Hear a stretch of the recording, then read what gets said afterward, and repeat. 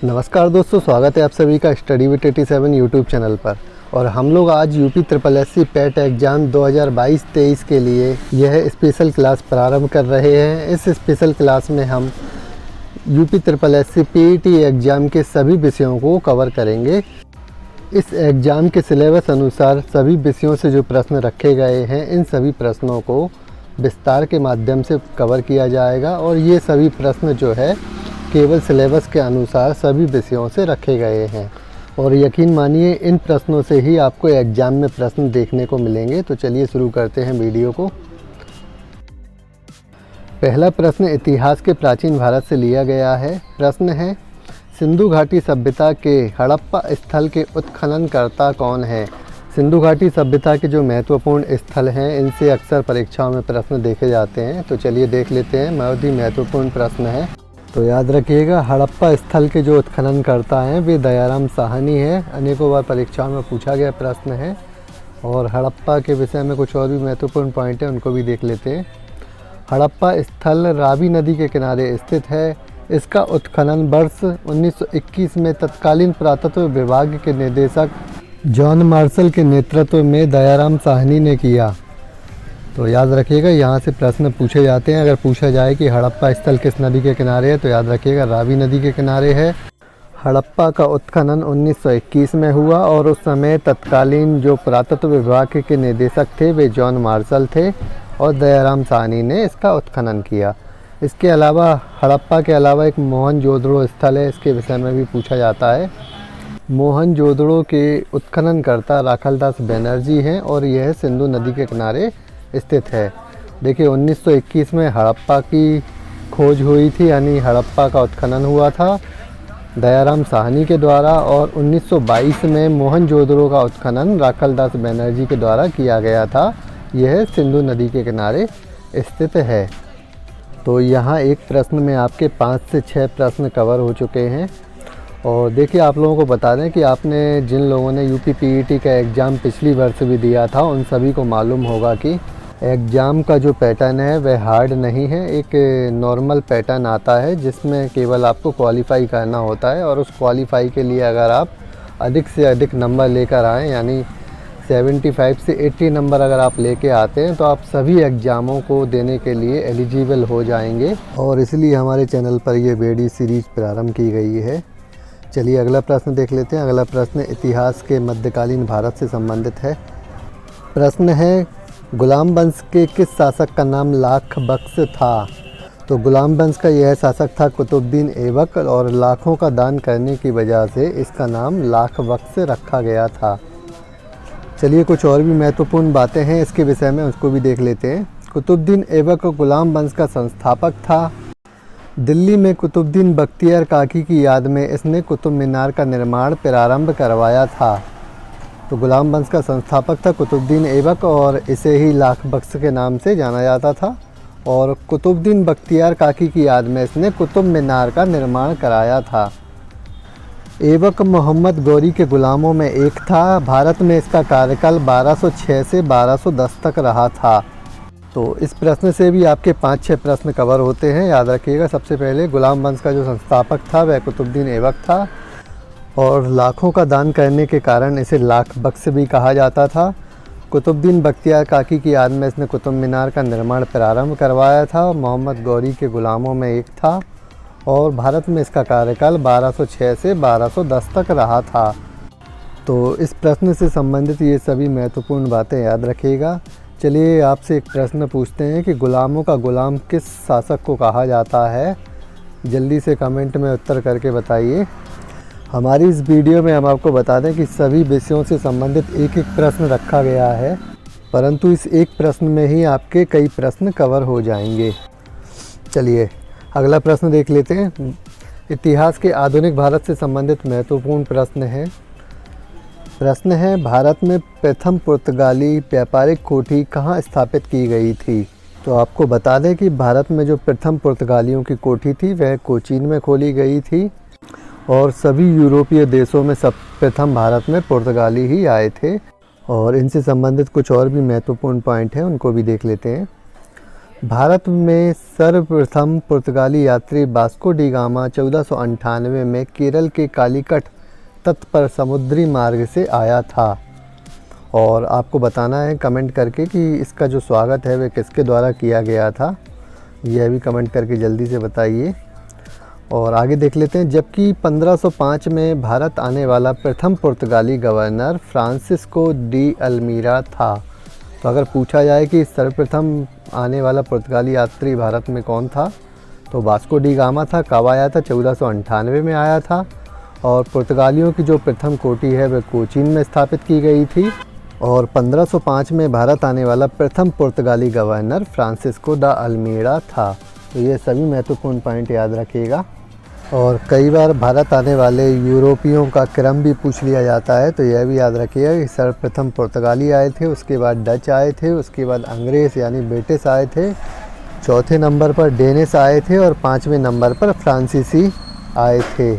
और एक और महत्वपूर्ण पॉइंट याद रखिएगा कि भारत में सर्वप्रथम पुर्तगाली ही आए थे और सबसे अंत में पुर्तगाली ही भारत से गए थे। तो ये सभी महत्वपूर्ण पॉइंट हैं, इनके विषय में अक्सर परीक्षाओं में पूछा ही जाता है। और हमने आपसे पूछा था कि वास्को डी गामा जब केरल के कालीकट तट पर आया था तो उसका स्वागत किसके द्वारा किया गया था। याद रखिएगा, जमोरिन नामक शासक था केरल का, जिसके द्वारा वास्को डी गामा का स्वागत किया गया था। और कब आया था वास्को डी गामा भारत में? तो 1498 में यह भारत पहुंचा था। पीईटी 2022-23 वाला जो एग्ज़ाम होने वाला है, इस एग्ज़ाम को क्वालिफाई करने के बाद जो आने वाली वैकेंसियां हैं, जिनमें लेखपाल, ग्राम विकास अधिकारी सहित कई वैकेंसियां आने वाली हैं, उनमें आप अप्लाई कर पाओगे। तो इस एग्ज़ाम की तैयारी में अभी से लग जाइए और अच्छे नंबर पाने का प्रयास कीजिए। तो चलिए अगला प्रश्न देख लेते हैं। अगला प्रश्न भारत के भूगोल से संबंधित है। भारत में गोदावरी नदी का उद्गम स्थल कहाँ स्थित है? तो भारत की सेकंड लार्जेस्ट यानी दूसरी सबसे बड़ी नदी है गोदावरी नदी, और इसका उद्गम स्थल जो है वह त्र्यंबकेश्वर पहाड़ियों पर है। तो गोदावरी नदी के विषय में कुछ महत्वपूर्ण पॉइंट हैं, उनको भी देख लेते हैं। गोदावरी नदी की जो लंबाई है वह 1465 किलोमीटर है। यह महाराष्ट्र के नासिक ज़िले के निकट स्थित त्र्यंबकेश्वर पहाड़ियों में इसका उद्गम स्थल है। तो याद रखिएगा, अगर ऑप्शन में त्र्यंबकेश्वर पहाड़ी नहीं मिलता है उद्गम स्थल के लिए, तो नासिक ज़िला याद रखिएगा, नासिक ज़िले से इसका उद्गम होता है। और गोदावरी, कृष्णा, कावेरी, महानदी यह सभी बंगाल की खाड़ी में गिरने वाली नदियां हैं। तो बंगाल की खाड़ी का मतलब आप समझ रहे होंगे कि पूर्वी दिशा की ओर बहने वाली यह नदियां हैं। तो चलिए इस प्रश्न से संबंधित सभी महत्वपूर्ण पॉइंट एक बार फिर से देख लेते हैं। भारत में गोदावरी नदी का जो उद्गम स्थल है वह नासिक ज़िले में त्र्यंबकेश्वर पहाड़ी पर स्थित है। गोदावरी नदी की लंबाई 1465 किलोमीटर है। गोदावरी, कृष्णा, कावेरी, महानदी यह सभी बंगाल की खाड़ी में गिरने वाली नदियां हैं, यानी पूरब की ओर बहने वाली नदियां हैं।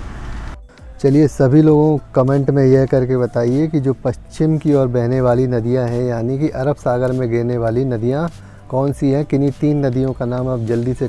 आजकल परीक्षाओं में नदियों से संबंधित जो प्रश्न पूछे जाते हैं तो सबसे ज़्यादा उसमें उद्गम स्थल ही पूछा जाता है। तो सभी जो महत्वपूर्ण नदियां हैं, 12 से 15 नदियां हैं, उन सभी के उद्गम स्थल ज़रूर याद कर लीजिएगा।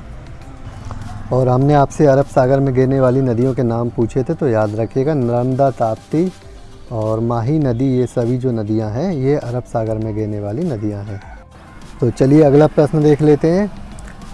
अगला प्रश्न भारतीय अर्थव्यवस्था से संबंधित महत्वपूर्ण प्रश्न है।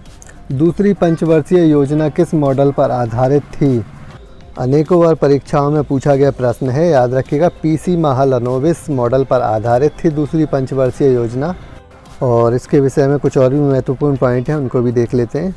दूसरी पंचवर्षीय योजना का कार्यकाल 1956 से 1961 तक रहा। इसमें उद्योगों को प्राथमिकता दी गई थी।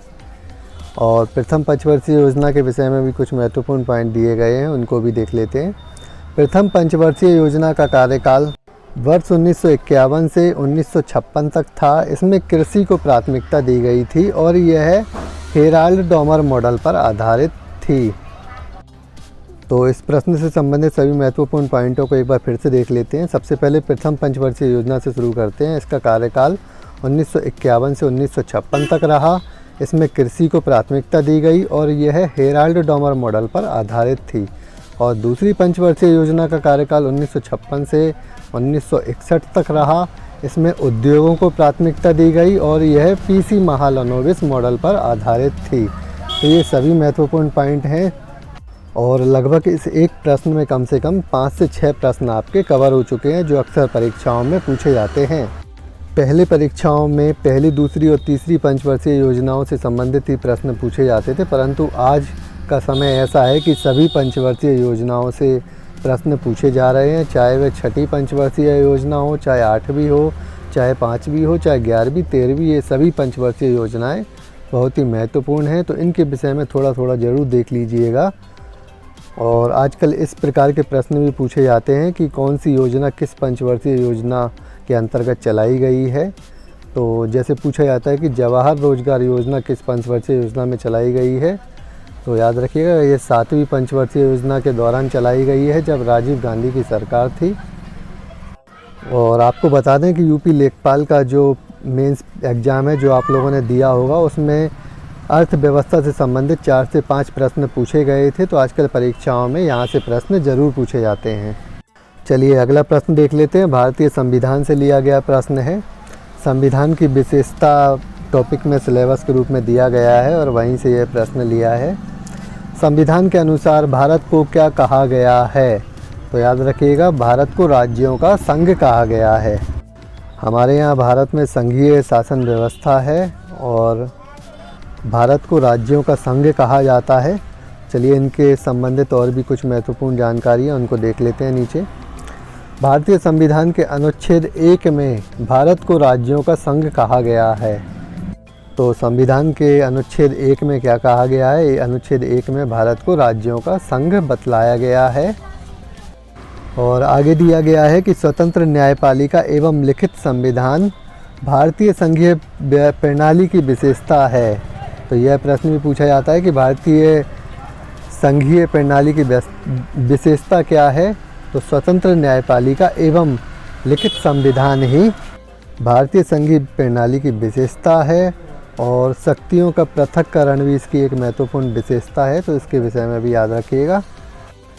यूपी SSSC के सभी एग्ज़ामों में भारतीय संविधान से 3 से 4 प्रश्न ज़रूर पूछे जाते हैं। यूपी लेखपाल में भी 3 से 4 प्रश्न ही पूछे गए थे और बहुत ही आसान प्रश्न पूछे जाते हैं।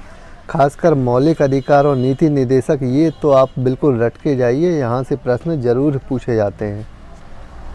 तो चलिए कमेंट करके जल्दी से इस प्रश्न का आंसर दीजिए जो मैं पूछने जा रहा हूँ कि विधि के समक्ष समानता किस अनुच्छेद में दिया गया है। ये बहुत ही महत्वपूर्ण प्रश्न है, अनेकों बार परीक्षाओं में देखने को मिला है। इसके अलावा संविधान सभा की कुछ महत्वपूर्ण समितियां भी हैं जिनके विषय में भी प्रश्न पूछे जाते हैं। तो इस तरह के सभी टॉपिक्स को हम अपनी वीडियो में कवर करेंगे। चलिए अभी अगला प्रश्न देख लेते हैं। तो अगला प्रश्न सामान्य विज्ञान से संबंधित प्रश्न है। निम्न में से विटामिन ए की कमी से होने वाला रोग कौन सा है? तो विटामिन ए की कमी से जो रोग होता है वह रतौंधी रोग है, जिसमें रात में दिखना बंद हो जाता है। और इस रोग के विषय में सभी लोग जानते होंगे, जो नहीं जानते तो उनको आपको बता दें कि एक फ़िल्म आई थी ऋषि कपूर की, बोल राधा बोल, जिसमें कादर खान को यह बीमारी होती है। अगर आपने फ़िल्म नहीं देखी तो देख लीजिएगा, आपको इस बीमारी के विषय में विस्तार से समझ में आ जाएगा। चलिए विटामिन ए के विषय में कुछ और भी महत्वपूर्ण पॉइंट हैं उनको देख लेते हैं। विटामिन ए का जो रासायनिक नाम है वह है रेटिनॉल। कई बार परीक्षाओं में पूछा गया है, सभी विटामिन के रासायनिक नाम याद ज़रूर कर लीजिएगा। और यह विटामिन ए वसा में घुलनशील है। तो जल्दी से कमेंट करके आप मुझे ये बताइए कि पानी में घुलने वाले विटामिन कौन से हैं जो पानी में घुलनशील हैं, जल में घुलनशील हैं, वो विटामिन कौन कौन से हैं? तो जल्दी से कमेंट करके बताइए।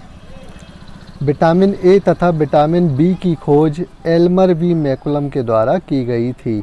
तो विटामिन ए से संबंधित क्या क्या महत्वपूर्ण पॉइंट हैं? विटामिन ए का रासायनिक नाम रेटिनॉल है, यह वसा में घुलनशील है और इसकी कमी से रतौंधी नामक रोग होता है। और विटामिन ए तथा विटामिन बी की खोज जो है वह मैकुलम महोदय के द्वारा की गई है। ये सभी महत्वपूर्ण पॉइंट याद रखिएगा। तो चलिए अगला प्रश्न देख लेते हैं। उत्तर प्रदेश स्पेशल से संबंधित प्रश्न है। एक जिला एक उत्पाद योजना के तहत हींग किस जिले का प्रमुख उत्पाद है? तो हींग जो है वह हाथरस जिले का प्रमुख उत्पाद है, जिसको एक जिला एक उत्पाद के अंतर्गत रखा गया है। और एक जिला एक उत्पाद उत्तर प्रदेश सरकार की बहुत ही महत्वपूर्ण योजना है। इसके विषय में प्रश्न परीक्षाओं में देखा जा रहा है।